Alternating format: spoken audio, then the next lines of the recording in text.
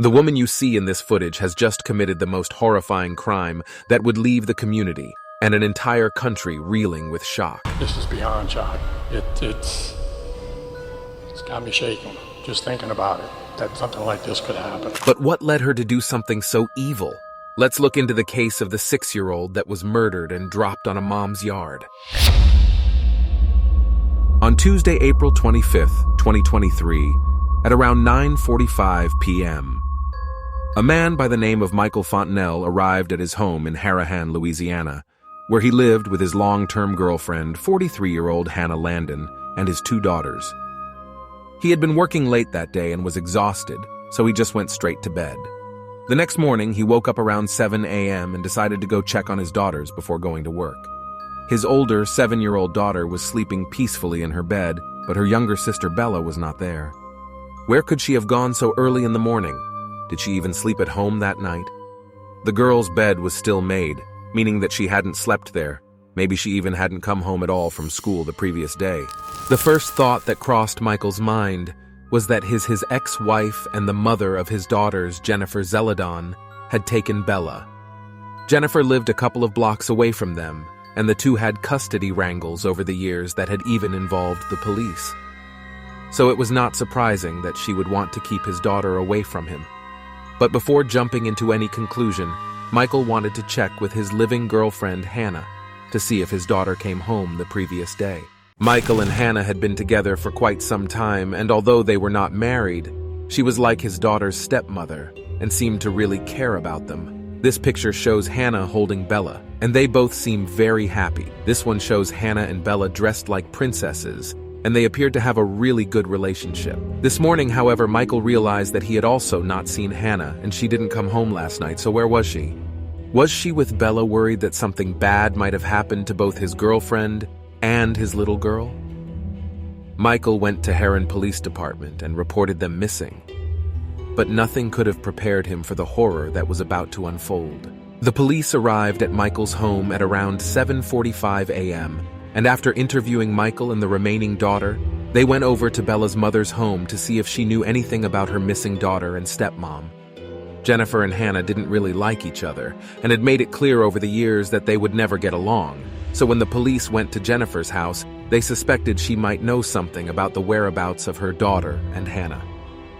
They arrived at the house at around 8:20 a.m., and the first thing they noticed was a large plastic bucket conspicuously sitting on the front lawn of the house. The bucket was suspicious enough to make the police want to know what was in it, and as they carefully approached it and opened the lid, they gasped in horror at what they saw. It's a chlorine bucket, large, a little larger than a 5-gallon bucket on the front lawn of the mother's house.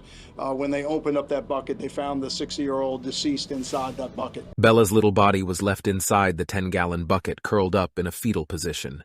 Immediately, the entire area was sealed off as a crime scene, and the missing persons case turned into a homicide investigation. We're a small town, we're a safe town, and I just want the citizens to know that my heart and my prayers go out to the family of this child.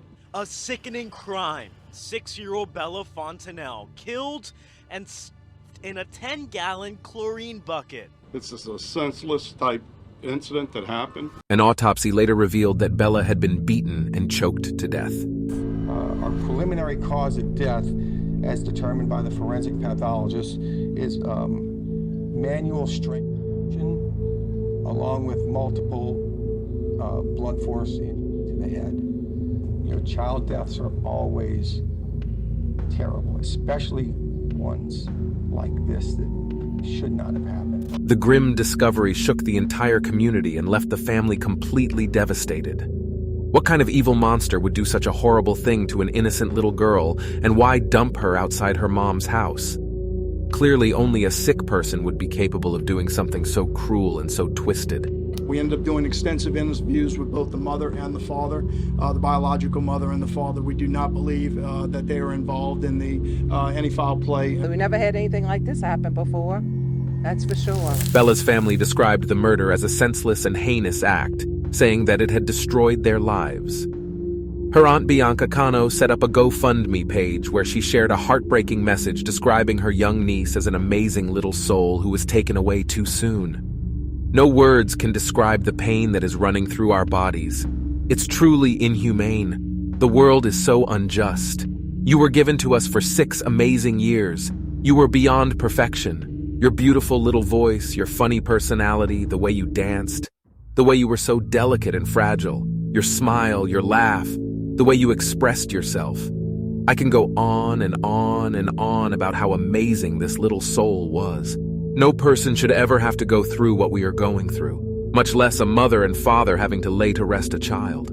Neighbors described Bella as a sweet and friendly little girl who is often seen riding her bike around the neighborhood or playing with her older sister. Would see the little girl and older sister out in the driveway playing many times, riding their little bikes, and the mother would sit out there with them.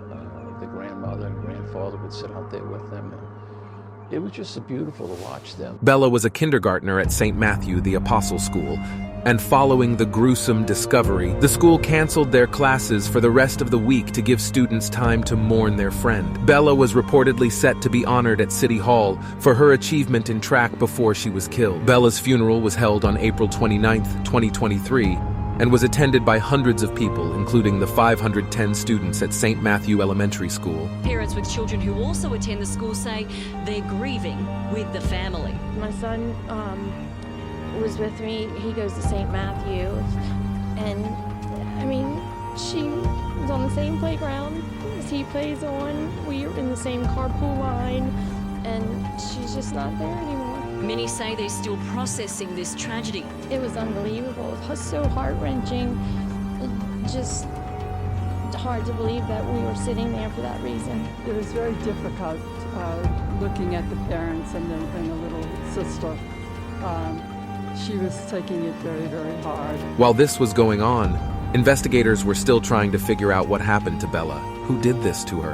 And where was the father's girlfriend, Hannah? Our attention was drawn very quickly to the missing girlfriend, who is now missing in action, right? We could not necessarily find her. Could Hannah have been involved in the little girl's murder? Or was she also a victim of some psychotic killer on the loose? Investigators were able to track down Hannah to a local hospital where she was reportedly undergoing a mental evaluation. Apparently, she had shown up at the police headquarters around midnight, looking disoriented and asking for help. Officer spoke to her. She seemed a little bit out of it, and they called to have her. She was asking for transport, so they called for an ambulance to come pick her up, and once the ambulance came and picked her up, they transported her to a local hospital to be evaluated. While still at the hospital, investigators started looking into Hannah's background, and what they found was pretty disturbing. As I said earlier, Hannah and Bella's mom, Jennifer, were not really friends, but the extent of their disputes was much deeper than just a mere rivalry.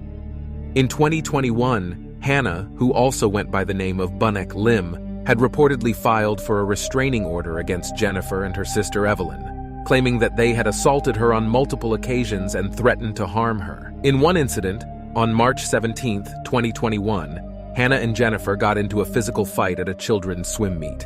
According to reports, Hannah was holding Bella, and Jennifer came over and wanted to take the child. But Hannah wouldn't let her because she said it was Michael's weekend with the children. However, Jennifer was Bella's biological mother, so she felt she had the right to take her baby.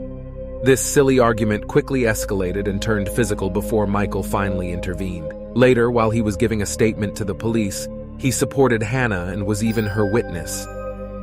In another incident on June 8, 2021, Jennifer and Hannah got into another physical altercation at one of Bella's soccer games. Hannah claimed in the restraining order request that Jennifer grabbed her from behind and aggressively pulled and shoved her while threatening to harm her. However, the judge could not find enough evidence to warrant a restraining order, so it was ultimately thrown out. Now, while Hannah may have wanted to appear like the victim in both of these incidents, she was far from it.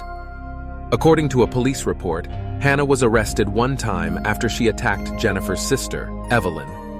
Evelyn told the police that Hannah would not allow Jennifer to see and hug her daughter because it was Michael's custody day. Eventually, Michael did allow Jennifer to hug Bella for just 1 minute, but then Hannah took out his cell phone and began recording it. Evelyn said that she put her hand up to try and block Hannah from recording the private moment between mother and daughter, but Hannah reportedly slapped her hand away. The two then got into a physical fight with Hannah, allegedly pulling Evelyn's hair and scratching her face. This is what the police report says. Bunnock grabbed Evelyn's hair and began attacking her. Evelyn then grabbed Bunnock's hair and repeatedly told Bunnock to let go. Bunnock did not let Evelyn go until an unknown bystander intervened. The report said that Evelyn had visible scratches below her left eye and over her left hand, and when officers tried to interview Hannah, they described her as being extremely uncooperative, and that she claimed that she was attacked unprovoked. Michael reportedly told the officers that he did not witness the incident, and so was unable to provide a statement or corroborate Hannah's account now. What is really sad about this case is that it is clear that Hannah had no issues with Bella. She even appears to love and care for this little girl. But it seems like her hatred for Jennifer was much stronger than her love for Bella, and heartbreakingly, Bella was the one that ended up paying the ultimate price for something she knew nothing about. Father's girlfriend, Hannah Landon, also known as Bunak Lim and Bunak Landon, was found at a local hospital and placed into JPSO custody Wednesday afternoon. She'll be booked with first-degree murder and obstruction of justice. Investigators believe that Hannah choked and beat the little girl to death at the dad's house, and then stuffed her into the 10-gallon bucket before dragging it on a wagon for half a mile and dumping it on Bella's mom's lawn. Can you imagine just how cold and calculating one has to be to do that? During the investigation, detectives were able to obtain this chilling surveillance footage that collaborated with this account, and I've got to warn you guys, this footage is pretty disturbing to watch. At around 9:35 p.m. on April 25th, Hannah can be seen there pulling a wagon with the chlorine bucket in which Bella's remains were found. She was wearing knee-high white boots and is walking calmly towards Bella's mom's house. She doesn't even seem fazed when a car passes before her. Someone pointed out the casual way Hannah was walking down the street, and it is simply horrifying. To know that she was pulling a little girl stuffed into a bucket makes you physically ill. This is beyond shock. It's got me shaking just thinking about it, that something like this could happen. Got a lot of different evidence with a lot of different scenes here, that we'll continue to work through. But of course, we have an arrest, and we have, more tragically, the death of the 6-year-old, which is going to be a big shock to the small community of Harahan. Hannah is currently on suicide watch in the Jefferson Parish Correctional Center and facing first-degree murder charges along with obstruction of justice. If found guilty of the charges, she'll likely face the death penalty. Got to work to the end to try to make sure we get a conviction. This is a small baby, and any family would be devastated. I can only imagine what the mother and father are going through right now. What do you think was Hannah's motive for killing Bella? Let me know your thoughts in the comment section, and don't forget to like and subscribe for more videos.